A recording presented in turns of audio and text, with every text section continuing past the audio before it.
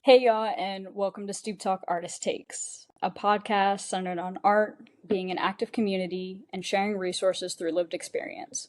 I'm your host, Larissa Frimpong, the founder of Stoop Talk. I'm a multidisciplinary artist, educator, curator, and lover of archival methods. I'm from the South, but I'm currently based in the Midwest. For my first season, I wanted to be in conversation with contemporary artists, educators, and creatives. So please welcome our guest, Leah Grant. Raimi, I'm so happy to see you. I'm happy to see you too. Leah Grant is a multidisciplinary artist currently based in Northwest Arkansas. Leah holds an MFA from the University of Arkansas Fayetteville and a BFA from Henderson State University, Arkadelphia. Leah's art practice focuses on building intimacy in public spaces through the mediums of print, photo, audio, film, and poetry. She uses collage, what she calls portals, and fabric textures, such as lace, as a vehicle to access the vulnerable parts of her identity. And so, Leah, I really loved your bio, and what I wanted to first ask was, can you share more about your practice and what draws you to pull your inspiration from film and poetry? Yes. Well, I grew up like the way I bonded with my family was through movies. It wasn't like a whole lot of like family vacations or deep talking, but it was like we get togethers at, dinner or like watching a movie that came out because my family really loves that. And I like to use what like normally printmakers are known to reference other printmakers or whatever, but I'm more photo and print based together. And so I like to use my camera as sketching and Mm. like a way of journaling ideas and processing. So I think that's just kind of how I've always thought about work. I'm like, okay, in this scene, also animation like Hey Arnold or um Teen Titans or um just Teen different Titans. yes because it's like the score is my favorite part, the score soundtrack of films. And then what else, like just how I could you could tell that you can engulfed or what's that what I'm saying? Like you can capture like a family dynamic or an environment through Hmm. or there's like a minute of the film. It doesn't even have to be the entire movie, Um, Yeah, being able to encapsulate a feeling just from like what you hear can be like a yeah, really cool sensory effect. I really like that because one of the things that I think is very powerful about your work is your use of words and how you also incorporate, feeling through text, and you're able to add that on top of your work to add deeper meaning. And so I really liked when you just said sketches. I've never thought about it like that before, that you're able to, um, quote unquote, draw, draw yeah, your own world, I guess, to be able to share it with others. And right. so I think that's really a really cool way to think about it because I never thought about, things that really impacted me growing up, like such as films. My family are also big movie people. Like I can probably recite way too many Yes, yes, movies you in my do. head. You know this about me. Right, that just I'll a modern day Bumblebee, like just straight up lyrics from everything. I'm like, what? Yeah, sometimes I don't make sense. But yeah, it's really great to reminisce about what draws you to your practice now. I feel like using text or talking about emotions are kind of that firsthand account. Yeah. Well, I actually wanted to comment on the what you just said about how like oh another way to sketch is through a lens, right? Like through the Mm-hmm. camera. And obviously you know that because you're like attached to the film, and we're we're film people, and like the literal definition of photography is like carving out light, so that Mm-hmm. contrast stuff.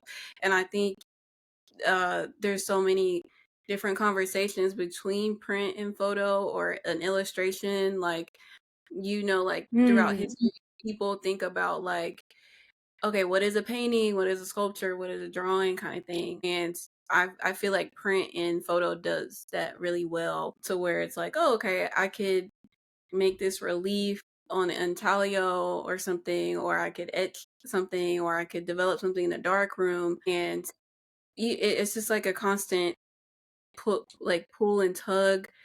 And I think I think it's cool not to be confined to the traditional way of things. Like earlier when I was younger, I tried to do the sketching thing and carry around a sketchbook all the time, but it was Mm-hmm. more so for like words or little doodles, not actually like full blown illustrations or portraits and stuff. Like I try to do that, or I could copy things, but I wasn't really thinking in my own creative flow Mm-hmm. in that medium. So I was like, okay, when I found printmaking, when I found photography, I was like, yeah, I could that it comes way naturally for me. Like I still have to work hard in it, but I don't have to like force it. I don't have to like, dang, I should draw today. Like, Mm-hmm. or I should make 100 bowls in ceramics or something. uh, but yeah, I think it's like, okay, I think in pictures, and then that's also what helped me connect with collage too. So Mm-hmm. yeah, Yeah, I love that you are able to frame it in a way that it's not about perfection. I feel like a lot of the times I definitely agree with you where I would just kind of collect random thoughts or random doodles, and I always wanted it to maybe look too aesthetic. Because like if other people saw it, it'd be like, whoa, like these are my inner thoughts, but I would want them to be presentable in a way. And so when I heard you say that it's about those moments, it really brought me back to, oh, okay, there's an ability to really carve out not only that light but that space for yourself to be able to not only just like do the thing, like to make the drawing or to write the word, but really be able to like sit with it.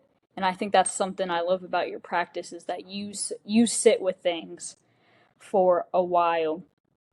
And I think that is one of the things that also is really cool about printmakers is that there's so many different, I guess I would say, ways of placing objects like intaglio or relief or whatever you have to do.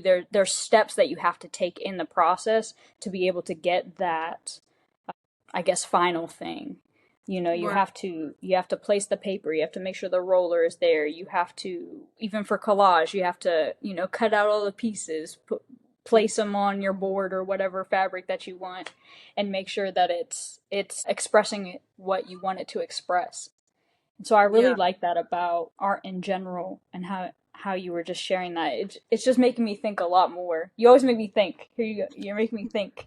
Well, Um, sometimes I feel like because different mediums through fine art, you have that traditional aspect, right? Like especially printmaking.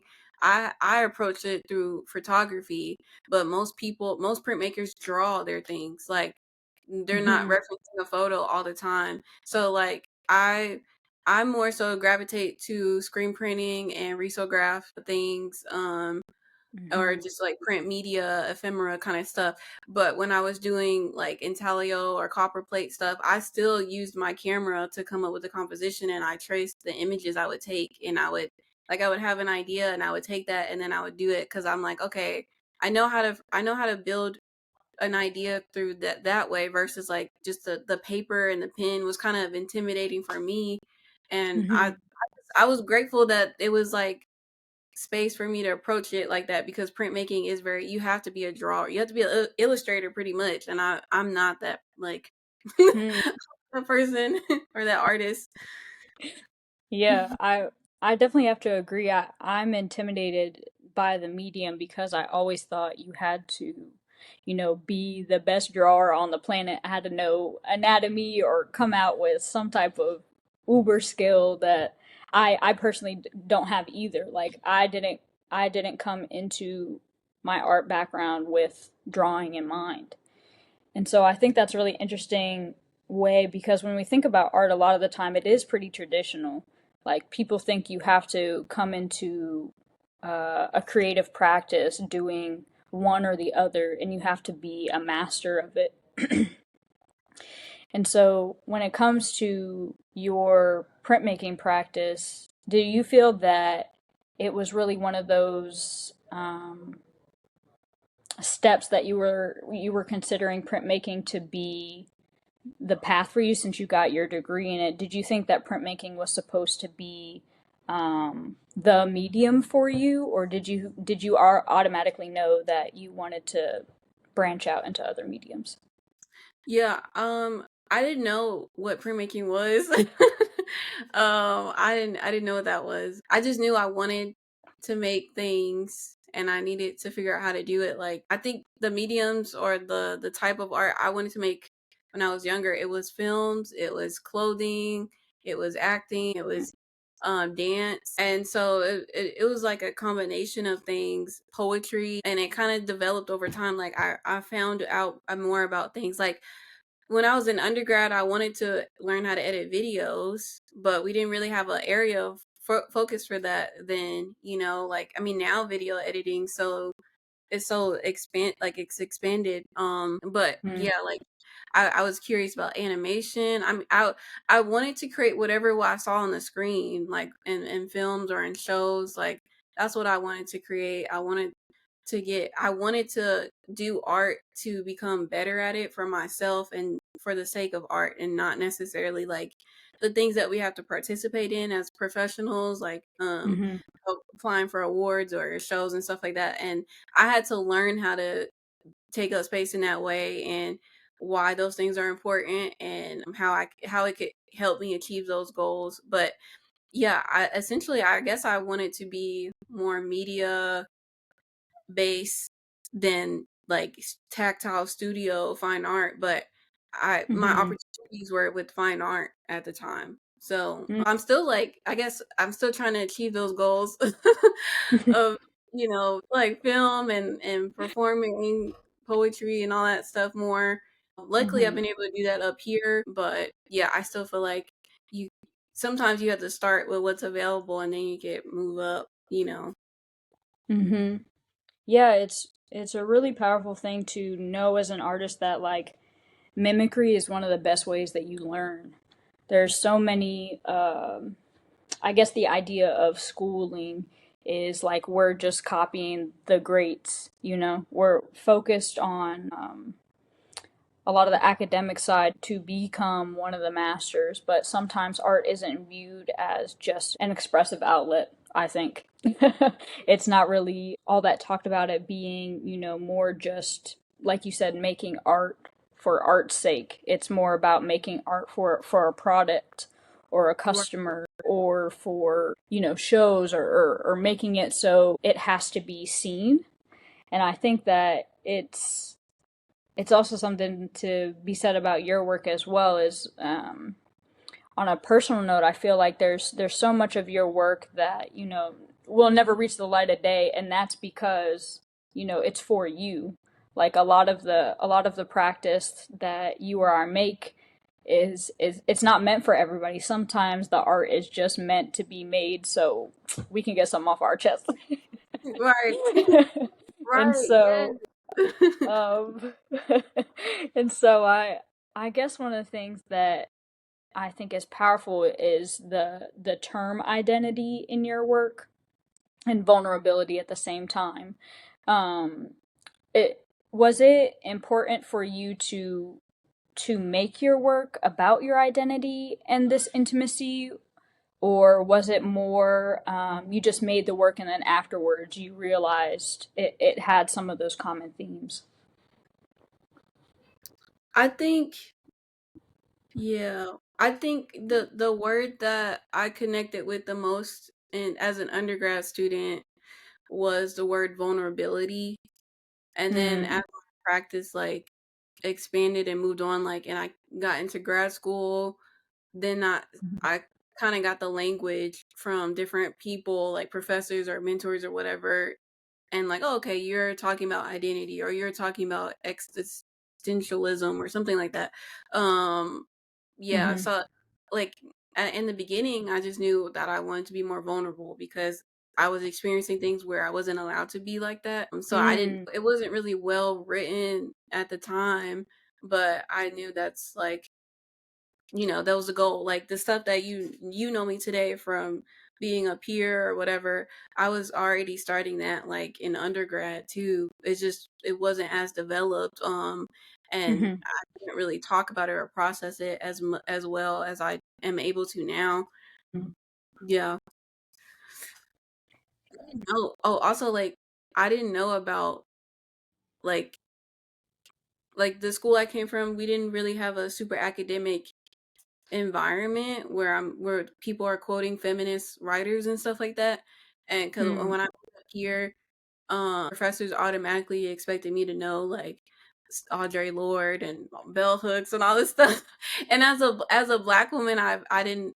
I kind of felt like, oh, like I'm expected to know these things because they're powerful authors and mm, artists and stuff like that. But mm-hmm. I didn't grow up reading all of that stuff. Like there's a sense of knowledge you already know existing as a black woman, period, but not I'm not like studying them, I'm not quoting them, I'm not referencing them like we were taught to do until I moved up here and I was like, "Oh, okay, yeah. Now I know what problematic is." Like, now I know interdisciplinary all these Right. words people use every day. Right, but that's something that is often taken for granted.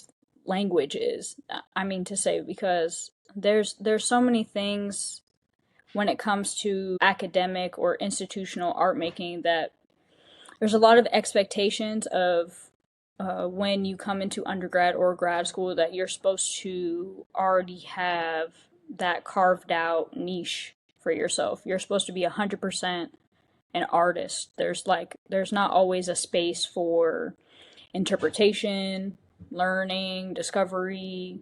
And I feel that, as you were my peer as well, as black women in art spaces, it was one of those things where I think school in general were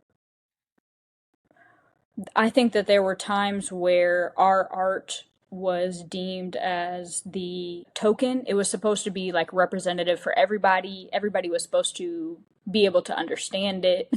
You had to make work that was not necessarily rooted in your own vulnerability or identity, but it had to be digestible. And I feel like your work to me was an inspiration of how I didn't have to fit into those boxes. Like I saw your work as us being, the two, black women in this institution, but it was also that I saw an avenue where I could just make my work about being myself without it having to have any effects on anyone but me. You showed me that I could just write what I wanted to write. I could say what I wanted to say. And I could make what I wanted to make without it having to be whatever they would call us, yeah, existential, or it had to be like this prophetic thing. Like we could just make what we wanted to make, and I think that was a powerful thing that you showed me because our identities are often the forefront of everything. We have to think always about our people, ourselves, how the art is represented, how we are representing it, and it makes it more about the vulnerability in a way that's kind of, I would say, separate.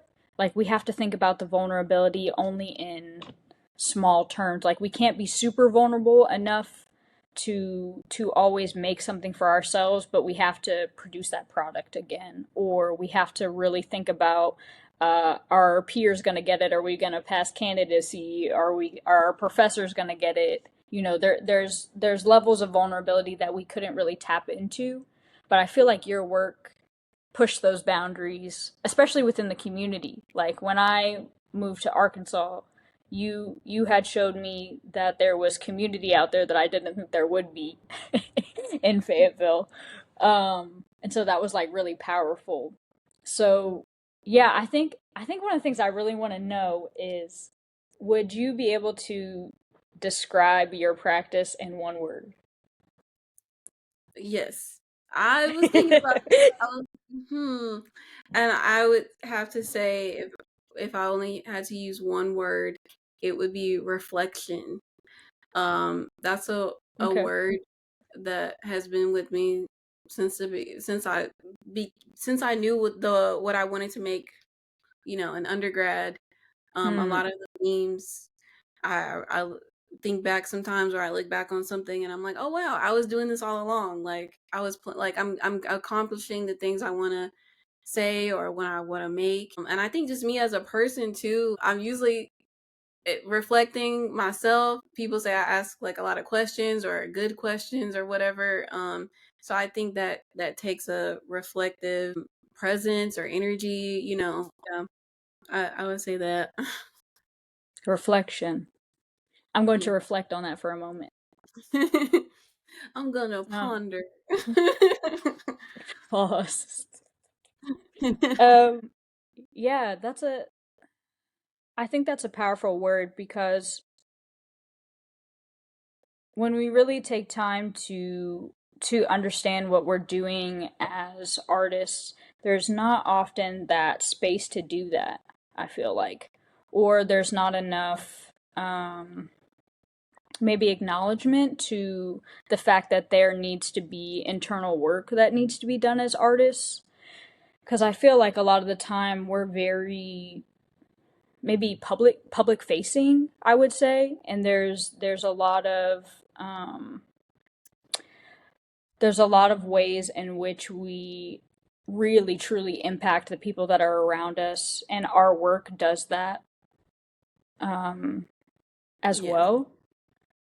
And so now that I know your word, I feel like that really makes me also want to, you know, reinvest in my own reflection in my practice, because it takes a lot to do that. It takes a lot to do that. And I feel like when it comes down to it, reflection is one of those things that really needs to be safeguarded and given time to do in general. So, I yeah, definitely feel like you do that a lot too. I know that I know we both like to create dialogues, but I remember one of the mm, earlier studio visits that we had, like in your first studio, with the yarn installation and the like hmm draping.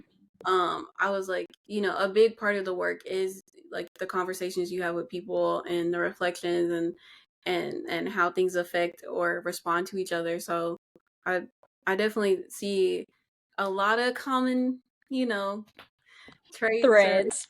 yeah, common threads. Yeah, exactly. I, I, yeah, it's funny that you bring up that series. I haven't thought about that series for a little bit, but it was one of the first series that I did with you. And that series for me was my way of doing that reflection. I had come from an undergrad program where at the end of my senior year I finally realized that I could express myself with my art and I could make work about identity. And then when I Mm. got to grad school, y'all y'all y'all just really So it's uh I'll say that the pause is the action. We know what we're saying. Yeah, it just took me a little bit to become comfortable again in understanding that the process wasn't it's not for anybody else. I went to grad school to challenge myself, number one, Mhm. and being, I think, a contemporary maker, there is a lot of there is a lot more trials in making things now because one, we already know things have been done, right? Things have been done to the millionth that there's a lot of talk right now about identity and being authentic and having your own niche Mhm. and being able to be in conversation but genuinely. And I feel like since we're both, I would say, social artists, a lot of our work is based in community, that we are both really trying to take the time to understand our environments, the people that we're working with. We care very much about our own internal mental health, and we care how our art reflects that, right? Mhm. And so that's really something that series for me brought up. And I knew that I wanted to work with you from the jump, because it was just one of those things where I felt at peace in knowing that someone else could share my experiences, like knew what I was going through, number one, knew what I was talking about, number two, and then number three, we were both imaginative enough to be able to create an artwork out of that. We were able to create a video together that I still get questions on to this day. Actually, a lot of people are like, "Oh, who's that in your video?" And I'm like, "That's Grant," and that makes me really happy, actually, because it it shows that our lived experiences and our identities can be shared with other people who share our similar circumstances, and that makes me happy, actually. I'll put it that makes me happy. Yay. Yeah. I know. Yeah. Um yeah, so I think What- I think when we're talking about those things, one of the things that I actually learned from you was about you came into my studio one day and you were like, at the time I was Raimi, so you were like, "Raimi, what are your non-negotiables in your process? You gotta be Oh. able to write them down and tell me, next time I come into the studio, what they are." So now I'm gonna hit that question back to you, Grant. Okay. What are Um. your non-negotiables in your process? Okay. I think it's like when hmm.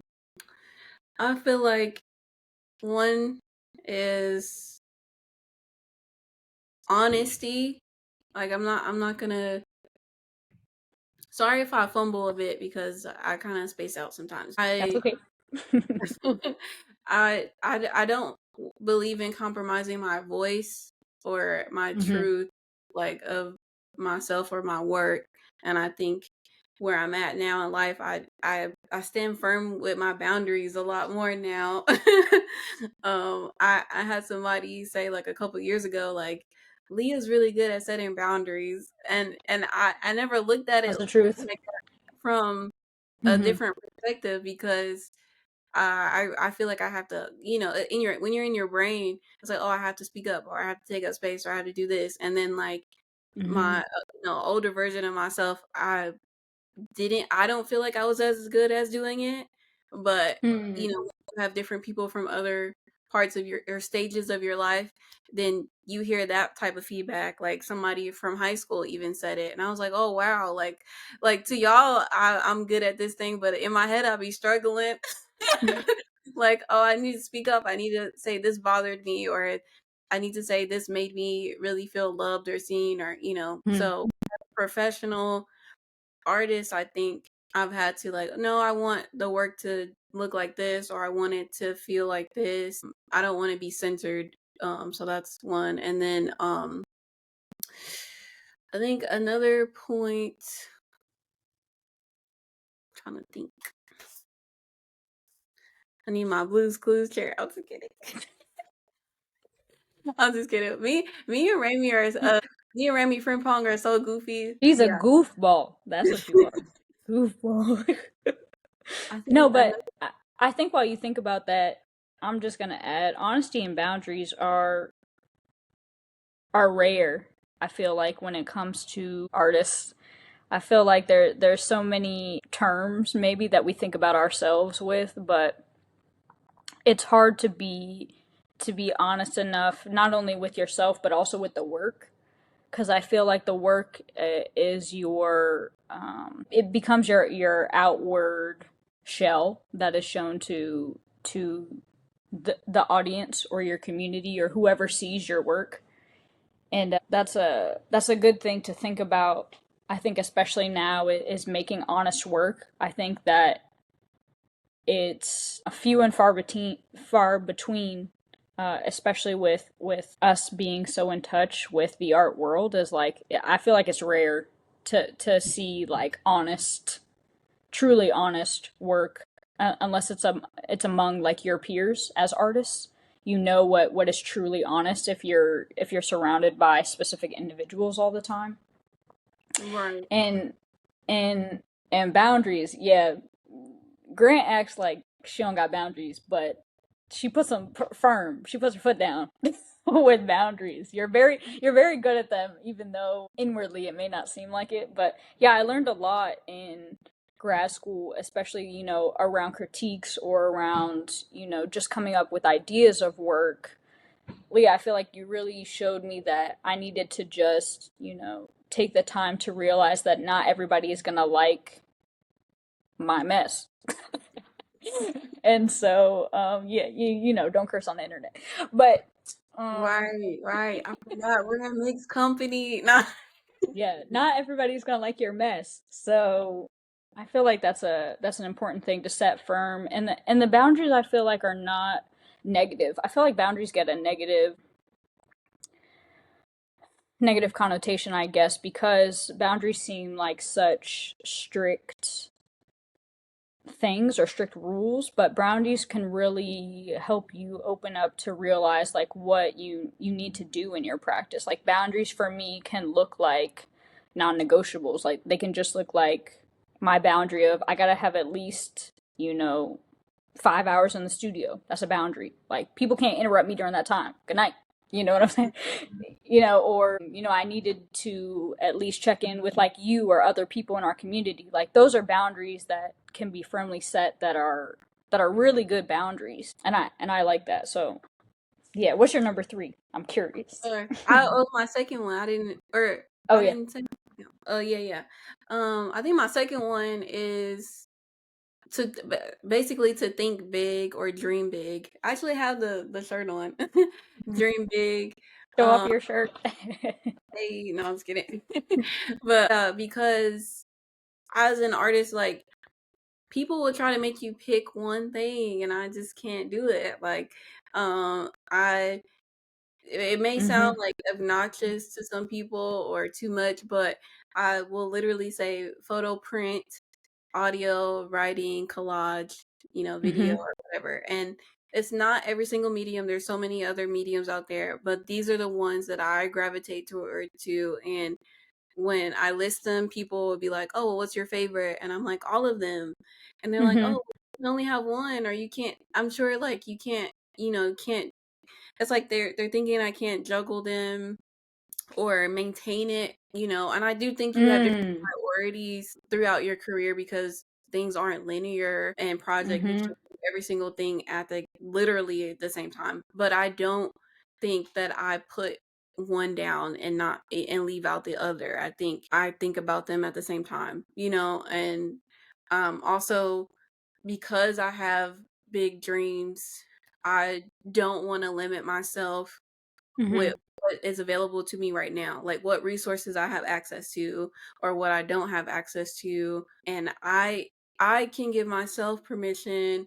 Shout out to Brienne Trammell, who's a permission giver advocate, but I can give myself permission in my own practice to dream whatever I want because I can create whether it's like you said earlier, whether it sees the light of day or not. Mhm. If I don't give that honesty or whatever to myself, then why am I an artist? Like, because Mm.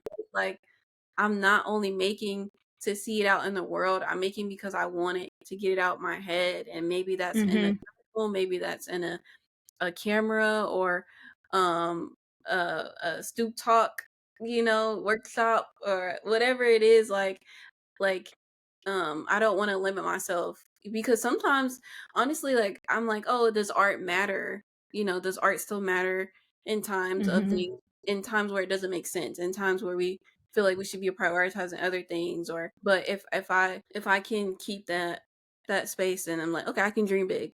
It doesn't mean people will see it. It doesn't mean that it'll be next year. It could be 10 years from now. But I still Mm-hmm. dreamed it. Like if I don't do it, then you know, sad Yeah. face. He'll be gone. Yeah, the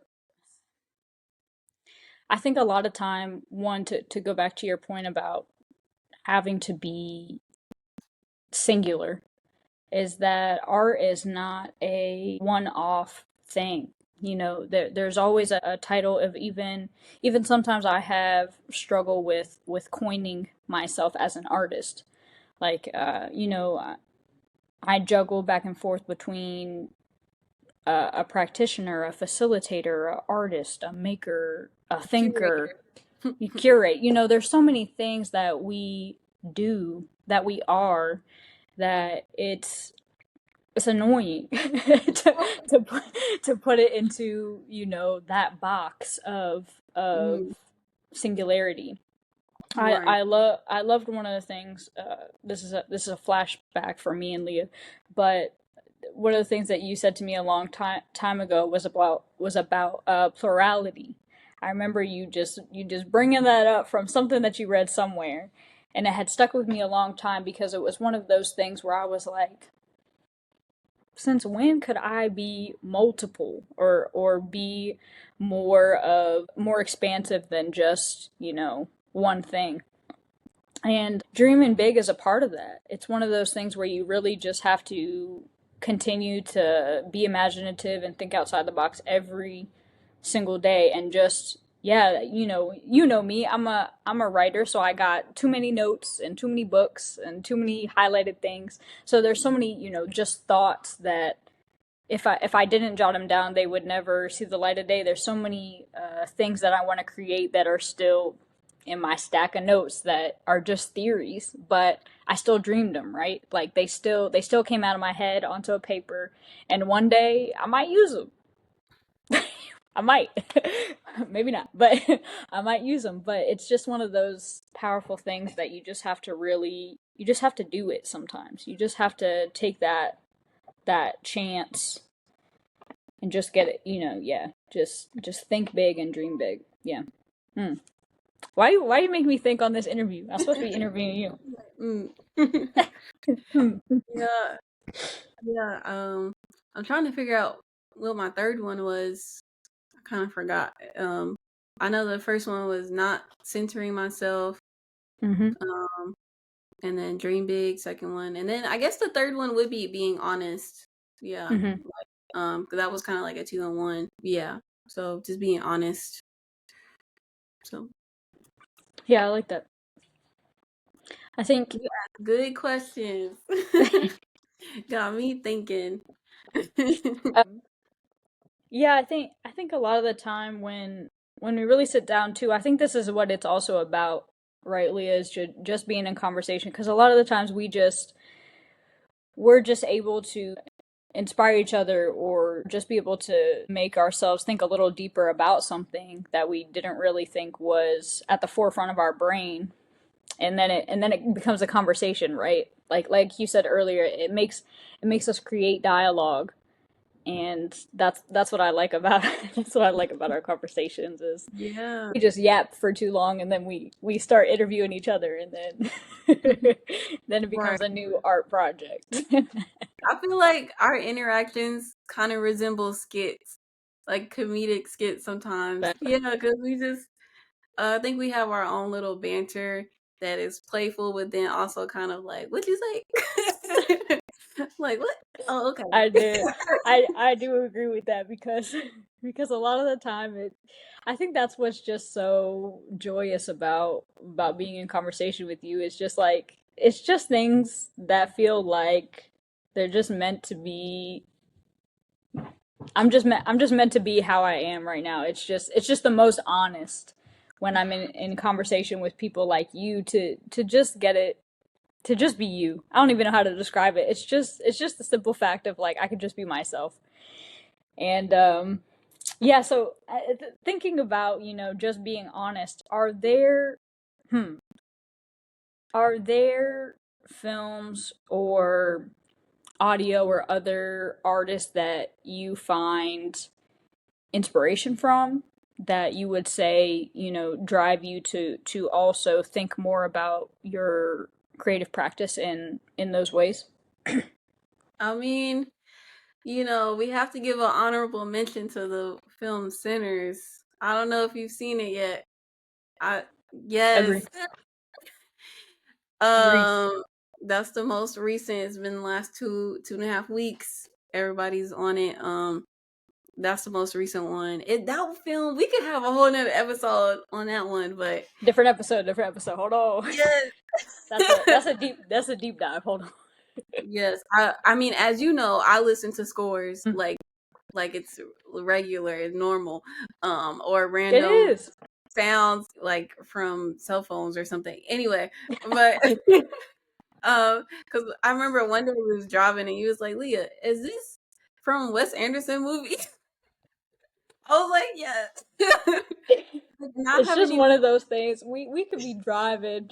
We were going to get where was we going? Benville or something. We were going somewhere random, and Leah just happened to turn on the stereo. And this girl make me.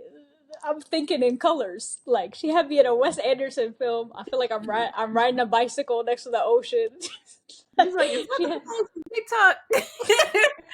I was like, "Yeah." She was like, "Leah, your playlist is so random." Like, I mean, it was literally it's like it's okay. I meant it in a lovable way. It just makes you it just makes you think otherworldly. That's what I was trying to say. You can transport somebody into a different world as soon as they step in your vehicle. Because sometimes it's Wes Anderson. The next time it's spoken word poetry. The next time I don't even know, hard rap. right. Like it, It really yeah, do be like that. It'd be like, it's okay, whatever it's whatever you need. It's whatever you need. I do. I need water sounds. I need rain sounds for sleep, Not the and ocean. then and Water be sounds. but yeah, no, I think Spinners is definitely one. Recently for obvious reasons, and I think I have my comfort films, or comfort shows, and so I'll rewatch things like Hey Arnold. First of all, can we talk about Hey Arnold, because that's one like my favorite animations growing up, and Mm-hmm. one because I could relate to the family dynamics there, and I understood it more when I got older.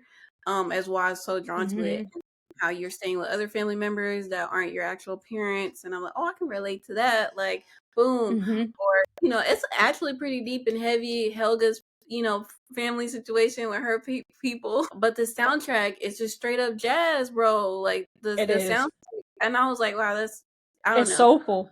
Mm-hmm. Yes, and like it's written very well. It's Mm-hmm. just for it to be like geared toward kids, that is so well. And then I like Pirates of the Caribbean series. Your soundtrack. Yes, bro. I was listening to that all summer, like last summer. But also, it's in my head like it's just the meme of Jack Sparrow, like just run it like Yes, that's the first thing I as soon as you said Pirates of the Caribbean, I just saw that man yeah, run it to the sand. right. Yeah, and you have a little sibling, they make you watch Star Wars and stuff like that. I mean, I enjoy some of that, but the Mm. obviously the soundtrack for that is cool. And then there's more like classic niche stuff that I like. Mm-hmm. There's a series on Netflix. I don't have Netflix right now, but I watched it years ago, and it's called Atypical, and it's like Mm. a Mm-hmm. um um like teenage boy who's autistic or something like that. Yeah, I just one again, I'm really drawn to family dynamics of that, because I'm trying to unpack and share stuff about my family background, and where I fit in with that. But then yeah, and I thought that was really good. And then Mm-hmm. Tim Burton, A Nightmare Before Christmas, uh, Corpse Bride. So I'm like Oh, unpacking. throwbacks. Hold on. I'm like unpacking like the color grading in Corpse Bride is really one of my favorites. Like the opening scene, how it's just gray. Mm-hmm. Um, I was like, "Oh, this is so beautiful. This is so good. Like Alice in Wonderland, like the Disney version. I do like Mm-hmm. the live versions with Johnny Depp and all that. Like the Tim Burton one. I don't have access to Disney right now, and it's killing me. But uh, I'm just like, yeah, all that Disney stuff. You kind of grow up with it being like, oh, this is problematic, but then this is also still like nostalgia. Mm-hmm. But Very much so. yeah, there's so many. I think um I look at I don't know if you saw well, you weren't here, but like 2019, I think right probably when the pandemic was about to start or whatever. Garrett Bradley, she's a filmmaker. You probably Mm, know her work, but I've she had heard an I've heard the name. yeah, she had. I think it's when the Momentary first opened. It was like one of their first shows, and she had an installation film, and it was so beautiful. It was on these like Hmm. flag like projected flag panel things, and it was just beautiful black boys dancing, and I mean it would switch out to different things. But I'm yeah, about to I look like that up. a lot. So yeah, I could like reference cinematographers, artists, experimental filmmakers, Mm-hmm. composers. Um, it sorry I don't have a better list, but that's what popped up in my head. No, um, it's good to see where the inspiration comes from because I feel like a lot of the things that we relate over are, nostalgic things like Disney or like just things that are Men also in Black. attached to our. Oh, that's true. We watched That's that true. at your place one day, and I think Not the Men in about Black. Why you gotta bring that up? hey, that's a classic, okay? And I just was drawn to the creatures growing up and how weird. I like Not the weird worms, but I can't stuff. do the worms. It was so many weird things in there, but I don't know. It's cool. I like stuff like that where it's Now that storytelling. I think about it, which con wasn't Michael Jackson in the first one? Maybe. I feel like I Michael don't Jackson was in there for some reason. A um Michael Jackson clone. oh my gosh. uh I can't deal with you. This is also sorry, folks. This is our randomness. This is just our thoughts. Um, yeah, I feel like just to end that question, it's just good to be able to like look back on the nostalgia or the important memories of what really brought us to art in the first place. Like for example, like to go back to movies, like me and my dad are like movie gurus. Like that was just one of the things where movies and the soundtracks enabled me to portal, as you would say, to really give myself the space to like be imaginative or think about things that were otherworldly. And that's a powerful thing to have, as I would say, as a maker, because a lot of the time life is hard and drawing inspiration from real world is not always what you want to do. And so I think that's something that I want to share more with the audience, Leah, about your work. Is can you share a little bit more about your poetry or your word process that enables you to think about things in that way?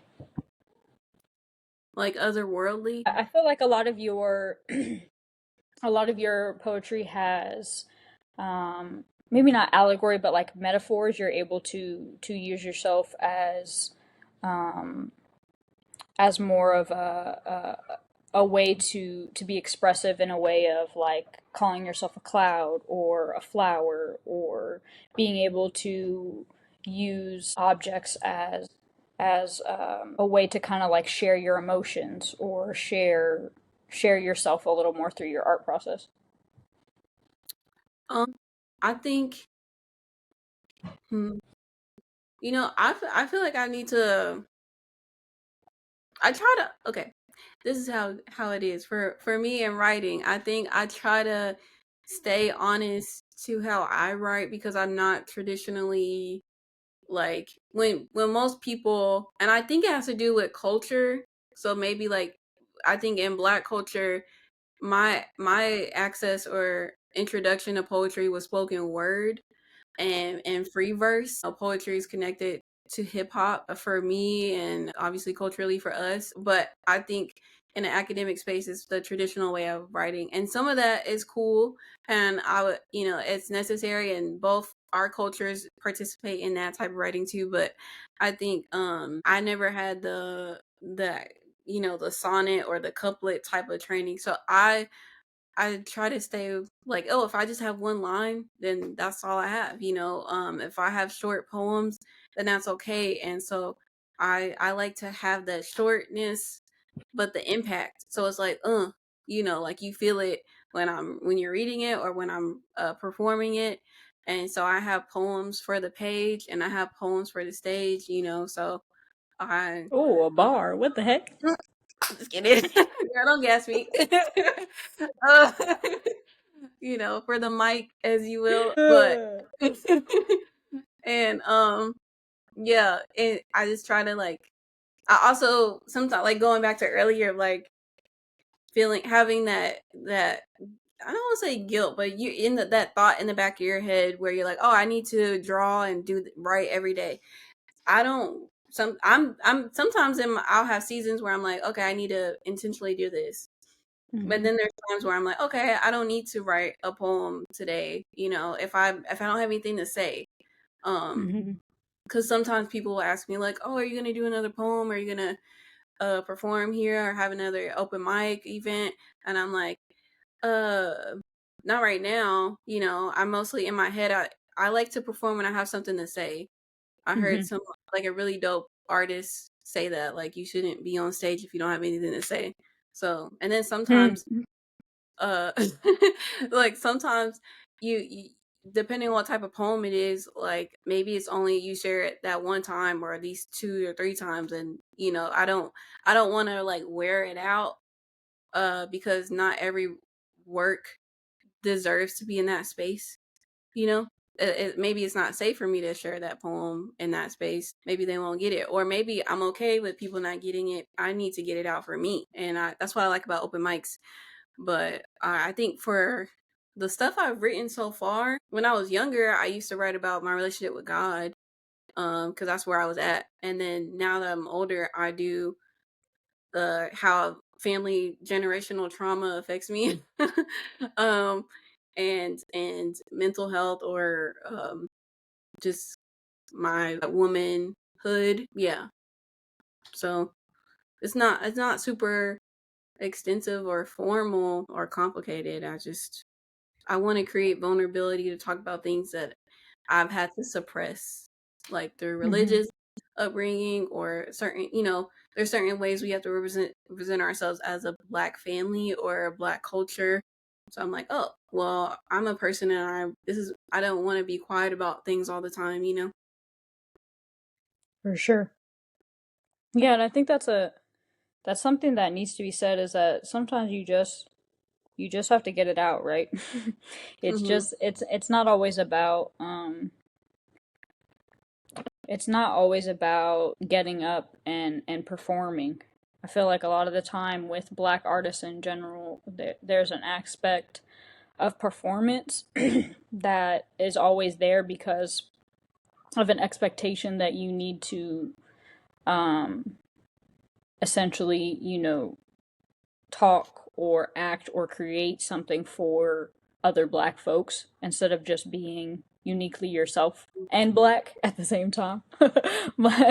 And yeah, I feel like a lot of the time with culture as well, I can definitely relate to that in terms of, sometimes you just need to make something out of emotion, and it enables you to kind of heal or to process or to take something to a level where you really just needed to create something to get it to a place of safety. Sometimes a word or a phrase or a moment or for me an image is something that holds so much emotion or so much history or so much trauma that I just have to create something else with it in order for myself to thrive or to be able to express something that I hope can touch somebody else and help them through something. So with art, it's just such a powerful thing in general, art. But when you're combining it and you're being vulnerable with it, I feel like it takes it to a whole nother level, and it just really propels a lot of things forward for me, especially like hearing you say that about like your family as well. Is it's just one of those things where my art was my outlet to be able to understand my identity first and foremost. Like that's just what art was for me. And then, my privilege of having an academic background, is different from yours. Like I was able to always be in touch with I guess I should say like literature or word, or that was one of the things that helped me as a young person and what I think developed my love for writing and art and reading is that like I did have that access because my family was headstrong about education. Like I Mhm. couldn't go nowhere without going to college. Right. Yeah. so No, I feel you on that one. so it was one of those things, and not as a negative way, because my parents were just very much, they were in a space themselves where like not going to college gave them a different life trajectory, and so they didn't want that same thing for me. And so education for me was like a non-negotiable, but it also set me up uh for more in my life. Like I don't think I Right. would be in the same place without going through art with an academic process. I feel like it would have turned out differently if I would have just, maybe stayed more entrepreneurial or just, I guess, self-evolving. I feel like it would have turned out really different. So that's a powerful thing to mention. What aspects of family and education can really do as an artist, because you don't really think about it until later. Because when we're kids, we're not thinking about our art as a career, let alone how it's going to impact our lives later. So I yeah, mean, that's just what I think. Yeah. yeah. I mean, I definitely, when I was a kid, I definitely wanted to be an artist. Or at one point in high school, I was like, yeah, I want to be a motivational speaker, or I want to perform Facts. poetry You could do all over that. the world. Like, so it was still kind of like centered in some type of art creative way. But hmm yeah, I didn't know art as I knew eventually it would happen. It didn't really make sense until I was around other artists. Yeah. And I always say, like, for me, school was my way out. You know, hmm it just it that's the only way I would have I had opportunities. Because you get a job that makes sense, or you get stuck in your hometown, and I wasn't trying to do that. Right. It's real easy to get stuck, even if you're making the right decisions. So you just gotta stay grounded in your why. Like, why am I here? Why do I want to do hmm this? Where do I want to be? You know. Yeah, no, school. My family was definitely like, you need to go to school. You need to get a master's. You need to get a PhD. And I was like, I was like, another Not that face. degree? Let me get another degree. Like, bro, I just finished this one, and then lo and behold, I'm in grad school. Like two and a hmm half later, and then my uncle's like, "Yeah, you need to get your PhD." What? I'm barely making it through here. I'm just kidding. Grad school was good, but um, just like the exhaustion of just getting it back to back, and it hmm being pretty much your only way to experience things. That's a whole nother conversation. But school definitely was my only way out for me to get out the house, to get out my hometown, to um do things. Yeah, I definitely agree. I just feel like art is not only such a powerful thing to be a part of, it's one of those things in humanity that just like sticks with you. I feel like a lot of times people don't realize the impact of art, or the maybe the legacy of art. You and I always talk about what legacy does, but I feel like the legacy of art and what artists create, it stays for generations whether we know it or not. And art is such a powerful factor in terms of relaying what we did in our time, what we did together. Like it makes me think a lot about what art can do as a community activator, because when I want to be in conversation with others, especially like people like you, Leah, it makes me really think like I want to make sure that these conversations are there just so, people can listen to them later. And I think that's what's powerful again about what you brought up with vulnerability, is that art has enabled me to just be more open. And I think openness and awareness is one of those things where you don't really think about it all the time, but it really offers you an opportunity to just be yourself at the end of the day. And art is just a powerful motivator. I'll say that. Yeah, I agree. uh, I agree with that. yeah. I think to end, I would just love to hear if you're willing to share. Could you share just some of your poetry so that people can get kind of the gist of Leah Grant? Okay. For you, I shall do that. And your Thank listeners.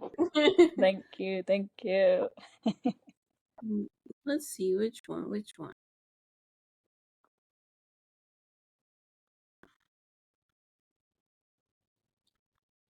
Okay, well, I guess I can share the one I did at your thesis show. I would love that. Okay. Did not practice. Let me pause and get a drink of water, please, because we've been talking a long time. We do talk a long time. Rest, reflect. It's the new mantra.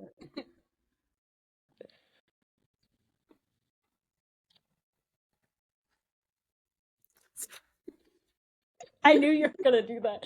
I was waiting. I was waiting for that effect. Ugh. Okay.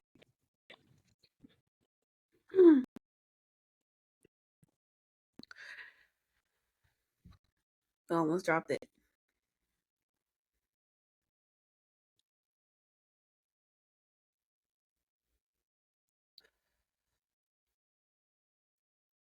Can I have space to find my face, to find my physical emotions, my physical being?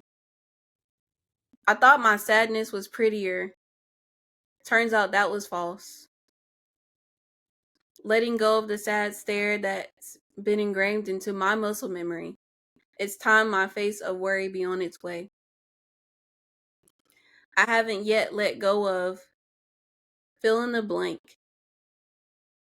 but I'm close. I feel it. I laugh big, huge even. Not used to seeing my physical self. Very familiar with the mental part though. I've had to carry experiences in my body, on my face, in the folds of my eyes. No reaction to what's around me. I kept it. I keep it all to myself. I'm still pulling things out that I've been storing. I'm wearing love tonight. I've been waiting for a time like this. If love will have me, then I very much want it. I wore love tonight and I look damn good in it. Okay, that's the I'm sorry I didn't practice and I didn't know I was reading the poem, but as Raimi summoned me to do it. I Ugh. this is Larissa's Ramey's version because I performed it at her thesis show, and it was a vibe. Y'all missed it. Y'all should have been there. But yeah, Yes, so please distract them from my crime, please. oh my gosh. But yeah, now normally I like to practice and stuff, so excuse the what it, not it being perfect. I put her on the spot because, uh, as y'all can see, I always get emotional when she reads it. But I'm so grateful that you. Hold on, let me pause. I'm so grateful that you're just willing to share because that was one of the things that it's one of the things that I love about Leah is that she just is able to hold you with open arms and share the words that your heart needs to hear, and I appreciate that. So Thank you. Yes. yeah. Um the poem's called Photo Shoot with Sky in the Park or something. And if you for those who don't know, Sky is like our mutual from like our friend from grad school, and Hmm. they're Shout also a out Sky. What's up, Sky? yeah, they're also a photographer. And I think like in 2022 I asked them to take some headshots of me for, professional artist things, and I think Sky makes me feel really nice and comforted in front of the camera. And I also took some of them too, but it's really hard for me to be in front of the camera because normally I'm behind it, or I'm Hmm. more like telling people what to do, and so I feel awkward and I feel um just not comfortable in my body yet.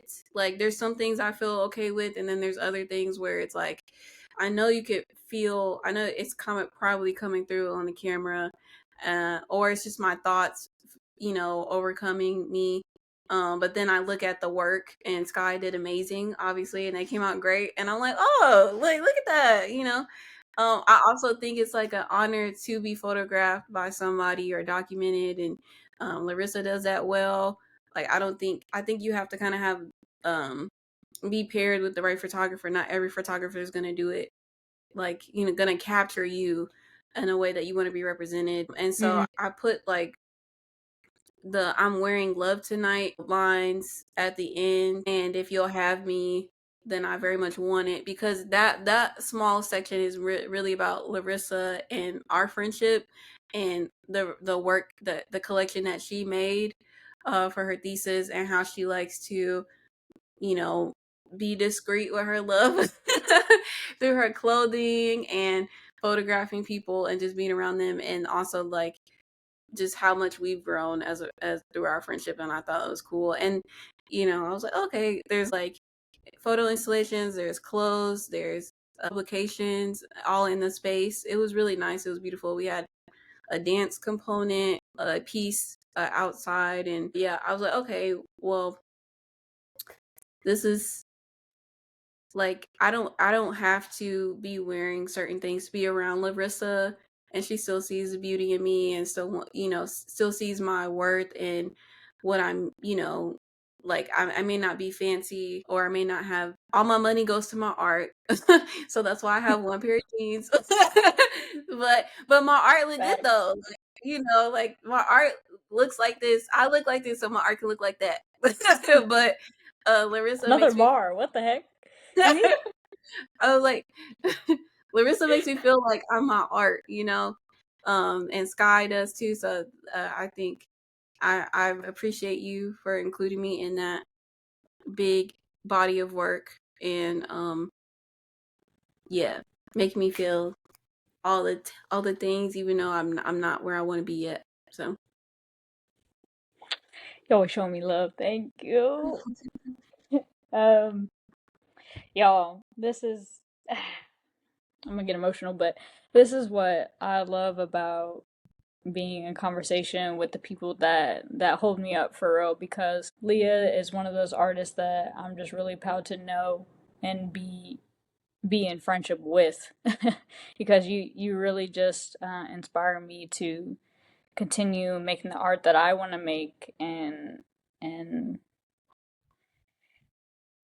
yeah, I'm just really appreciative of you. So Y'all, I just want to honestly say a huge thank you. I appreciate y'all tuning in for this episode with the Leah Grant. Um, you can find Stoop Talk on YouTube. All the links are going to be in the description box, and please feel free to share us on all your socials.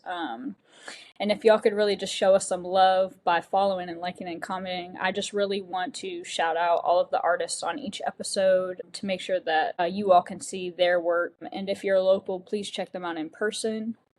And I just want to say thank you so much again. I'm your host, Larissa Frimpong, and I appreciate y'all tuning in to Stoop Talk Artist Takes. As always, it's the community and art for me.